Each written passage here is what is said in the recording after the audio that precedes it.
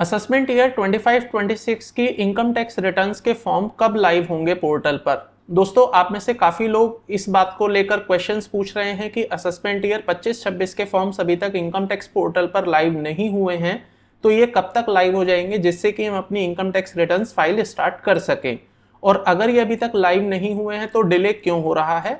तो first of all मैं answer करना चाहूँगा, इस बार डिले होने का सबसे बड़ा कारण है जो फाइनेंस एक्ट 2024 नंबर 2 में कैपिटल गेन को लेकर एक अमेंडमेंट की गई थी, जिसमें कहा गया था कि 23 जुलाई 2024 के बाद जो ट्रांजैक्शंस होंगे वहां पर आपको दोनों ऑप्शंस मिलेंगे, मतलब 12.5% और 20% एज द केस में भी, और उससे पहले वाले पर आपको नॉर्मल 20% के हिसाब से इनकम टैक्स देना होगा।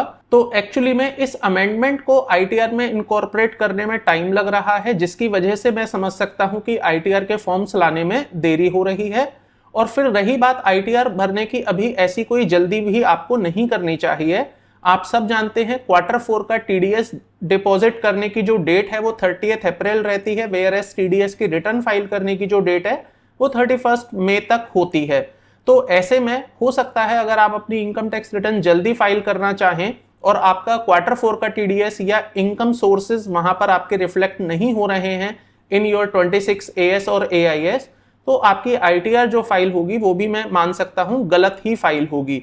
तो आपको ऐसी कोई जल्दी नहीं करनी चाहिए इनकम टैक्स रिटर्न फाइल करने के लिए। इवन दो कि अगर फॉर्म आ भी जाते हैं तो भी आप थोड़ा सा वहां पर सब्र रखें, जब तक आपके Q4 की सभी इनकम आपके 26 एएस और एआईएस में रिफ्लेक्ट ना होने लगे, तब तक आपको आईटीआर भरने से बचना चाहिए। अदरवाइज आपको बाद में अपनी इनकम टैक्स रिटर्न रिवाइज करनी पड़ सकती है या फिर वो रिटर्न भी गलत कंसीडर की जा सकती है।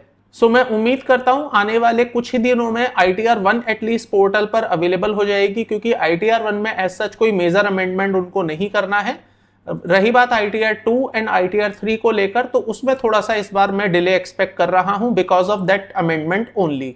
आई होप आपको इस पर एक क्लैरिटी मिल गई होगी। इसी तरह के informative videos and knowledgeable videos देखने के लिए चैनल को सब्सक्राइब कर लीजिएगा।